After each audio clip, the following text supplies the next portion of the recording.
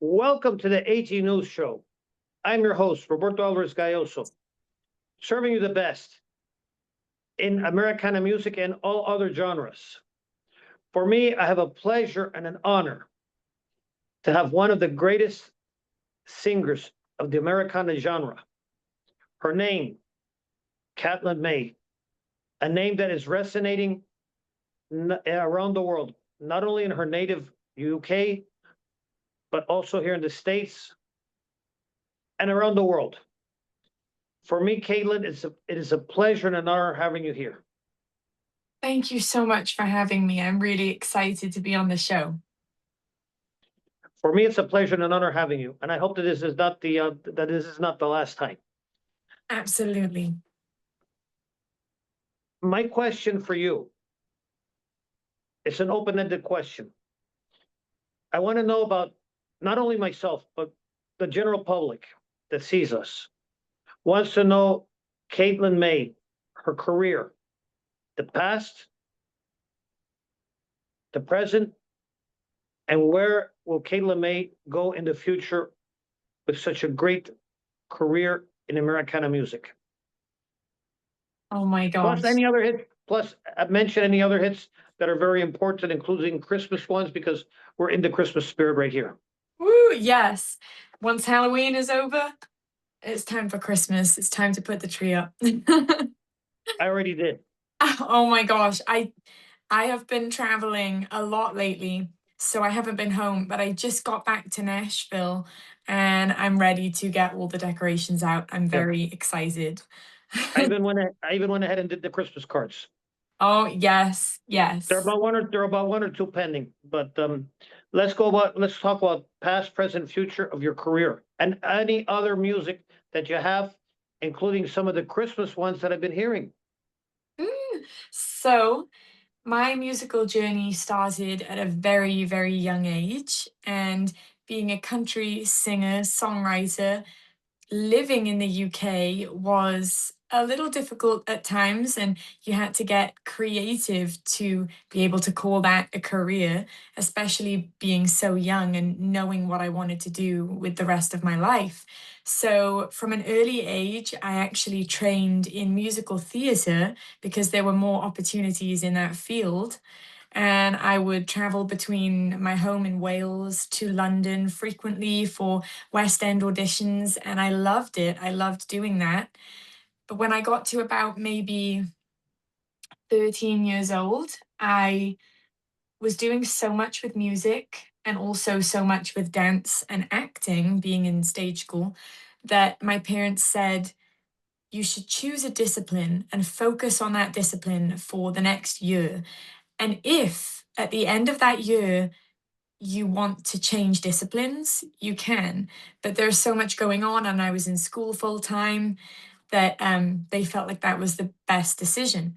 So I chose music, and that year flew by. And during that year, I was focusing on a solo career and not, of course, a career in musical theatre and being part of a cast. That was so different, but it was the best decision that I ever made. And at the end of that year, I knew that I couldn't let it go, and I would never want to put my effort into something other than music primarily. Music is my whole life, and it's the best way to tell my story and to share that with other people who hopefully will relate along the way and feel like I have created a safe space for them to be themselves as well. So, fast forward to, I'll say, the middle of my career this far. Um, and I really had my sights set on Nashville. It took a little while for that to come into fruition because lots of things happened during that period of time. And one of them was actually COVID. So Mhm. COVID hit and we couldn't travel anywhere. I couldn't even visit Nashville, let alone think about moving there. And when I made the decision to move there, I actually had never been to Nashville. The only place that I'd been and truly visited in the States was Florida. And loved Florida, still do love Florida. But when I found out Nashville was a place on earth that existed as a little girl, I knew that that was going to be my home. And country music, this is the hub of country music here in Nashville. So it was calling my name. So post COVID, when we could finally fly again, I flew to Nashville. I learned to play guitar during 2020. So actually, the lockdown gave me the opportunity to really focus on picking up an instrument. And that made my journey to Nashville much smoother, because to be able to play an instrument when you're in a town like this is a huge advantage, because no rehearsals set up between you and other musicians when you don't live in this country, and for so many reasons. So I came to Nashville. I played as many shows as possible during the maybe 2, sometimes 3 week intervals that I would spend here before I would have to head back to the UK and save up my money again for the next trip. And I really knew that I arrived home before I left the airport in Nashville. I just knew I was meant to be there. I still feel that way. And Nashville being my biggest blessing is also my biggest challenge, because I had to move 4,000 miles away from my family. Hopefully not forever. I hope they'll come and join me. But for a time, and that was hard. But every single door that's opened here in Tennessee and beyond shows me that I made the right decision, and they have supported my every move. And I have been touring and recording full time since I moved to Nashville. It is the best thing that I've ever done. And it feels strange to say this is not my latest single anymore, because I just released a song called Your Truck. But the previously released single to Your Truck is called House Sitting, and that is a contender on the Grammy ballot right now, with nominations being announced tomorrow. So I'm really excited to be a part of the Recording Academy, to have my music considered, and to showcase how many doors Nashville really can open for people. Great. But you also have to, what about, how do we also see Caitlin Mae in the future? So you can find me across all social media platforms at Caitlin Mae Music, which is CAITLINMAE Music. All music platforms at Caitlin Mae. My tour dates, future tour dates, are all online, whether it be Spotify or across my social media platforms, or my website, which is caitlinmae.com. I share all my updates there, all future releases, all future shows, and we will be touring almost the entire year of 2026. We have big plans for next year, and I am really excited to share them with all my dreamers who have been on the journey since the beginning. Great. Before I leave, I also invite everybody to visit the AG News Show. You're one of the first people who are being interviewed in the AG News Show. We were once called the Americana Bistro Grill. But after 11 years, it has been decided that the Americana Bistro Grill needed a makeover. So what we did was, we're phasing out the Americana Bistro Grill starting on January 1st, 2026. And we started with the AG News Show. The AG News Show was already existing, but you cannot have two programs. I have a Spanish program for my audience in Latin America and in Spain. And I also have the AG News Show and the Americana Bistro Grill for the worldwide audience, so they could see what is the true country music, the true American music from the artists. But you can't have two programs doing the same thing.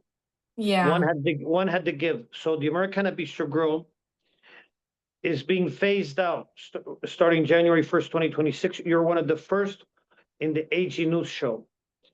Because with the AG News Show it's a house, a place for all indie artists. Not only are you invited many times if you want to come, if you know any indie artists who want to be interviewed, please send them by. We have our email, rcag62@gmail.com, or you could get us at our phone number, 786-938-3313. Also, the rcag62@gmail.com serves as our Zelle for those who wish to donate, because we cannot do all of this alone, nor can we interview the artists. We too need donations. And of course, I'm on YouTube. I'm on BitChute, Brighteon, Gab. I'm still working on Spotify, and I'm still working on my Patreon. But when we get to Spotify and the Patreon, we will let all of you know. For me, Caitlin, it has been a pleasure and an honor having you here, and my best wishes to you. Thank you so much. And it's been an honor to be one of the first with the changeover. Thank you. For me, it is a pleasure and an honor to having you here. And you're going to go many places. Thank you so much. That's all I'm going to say. And remember something. Remember something, Caitlin. Many people, you've talked about the distance between Wales, England, and Tennessee. You are not the only one who's made this journey. In the 70s, Olivia Newton-John made their journey. Her journey was from England, Australia to Tennessee. And she met wide opposition. Yet she triumphed. Yes. Ringo Starr of the Beatles, recorded a country hit. Nobody knows about the country hit, but I think it was in the album Rubber Soul. I remember having it someplace a long time ago. I had it in a 45. It was on the B side of Nowhere Man. It says, "What Goes On?" And it was a country hit. It was a country hit for some countries. And the Rolling Stones, when they recorded Route 66, they had some influences from Nashville. You're just one of the latest in those who are writing country history from the UK, and you deserve to be commended. Thank you so much. And again, I invite you again to come back, and all the other artists. Without much, don't leave, because I have to say goodbye separately. But for all our general public, this is Roberto Alvarez-Galloso of the AG News Show, wishing you peace in, peace out, and peace everywhere. Until the next time, thank you.